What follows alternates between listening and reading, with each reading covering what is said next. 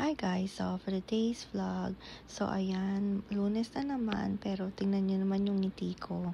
Parang gustong gusto ko talagang or excited akong pumasok sa work. So ayan, si Ate Sky nag-aantay na. So ayan, ready na. Tingnan nyo naman si Gistel, mukhang inaantok pa. Parang ang layo ng tingin niya. So ayan, sasabi ko gising na siya. Dahil wala nang choice kundi pumasok sa work. So, ayan, tara, pasok na tayo sa work guys. Samahan nyo kami. So, ayan, tinan nyo naman yung mga traffic light. So, minsan, kung kailan nagmamadali ka, dun pa siya talaga magre-red ng sabay-sabay. At syempre, nandito na naman kami sa paborito naming kainan for breakfast, ang McDonald's. Ayan. So, ayan, nag-order na si G-Style. Siyempre, hot caramel latte ang sa atin. At si G-Style, I think, filet o fish yung in-order niya. At in-orderan na rin niya ako, guys. So, ayan.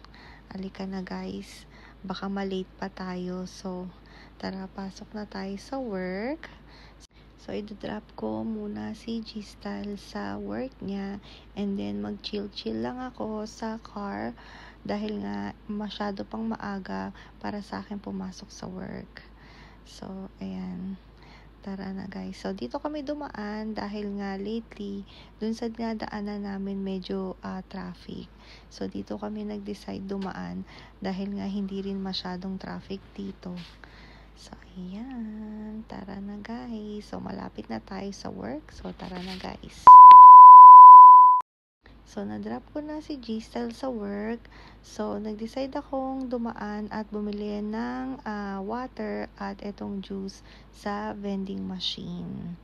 Dahil yung vending machine namin sa work ay sira, pero na-report naman na yun, guys. So, hopefully, dumating na yung magre-repair. So, ayan, pakita ko sa inyo yung juice. Ayan. So, kung nakatikim na kayo nito, guys, comment down below kung nagustuhan ninyo. Pero hindi naman ito matamis, guys, eh. Okay lang naman yung lasa niya. Para sa akin, hindi siya ganun katamis. And then, may water din naman tayo. So, kung natatamisan, so, inom lang ng madaming tubig. Lalo na ngayon, guys, napakainit dito sa Japan. Pero, yun nga, pabago-bago pa rin yung weather. Minsan mainit, minsan sobrang lamig. At natapos na rin yung 8 to 9 hours nating work. Siyempre, alam nyo naman na yung kasunod, uwian na. So, hindi naman tayo masyadong nagmamadaling umuwi.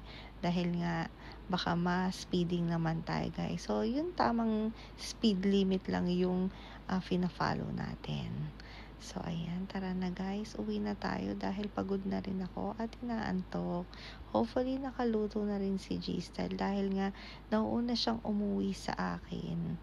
Ayan, kaya talagang may time siya para mag-prepare or magluto para sa amin. So, talagang lucky talaga kami ni Kuya Jiro dahil marunong magluto si G-Style at napaka-responsable. So, ayan. Tingnan nyo naman. Napakaganda. Diba? Ng dinadaanan natin. So, yun na nga. So, nakapagluto na si G-Style netong chicken. And then, meron tayong sweet and sour fish na natira. So, syempre may rice din yan. So, kakain na tayo, guys. Tara, samahan nyo naman akong kumain. Ayan. Mukha na bang gutom yung itsura ko dahil yung buhok ko ang gulo-gulo na rin. So, talagang alam mong gutom na at pagod. So, ayan. So, kumuha na ako ng chicken. And then later, kukuha din tayo ng egg. At saka ng fish. So, Lunes ngayon, so, or weekday, hindi tayo kakain ng rice. Yan yung pinangako ko. Dahil tuwing weekend na lang ako kakain ng rice. Para naman guys, ma-enjoy ko naman yung pagkain. Alam niyo naman, rice is life. Pero yun nga, dahil sobrang tumataba ako lately. So talagang binawas ko na naman yung rice. So, alright guys. Thank you guys for watching. See you guys next time. Bye!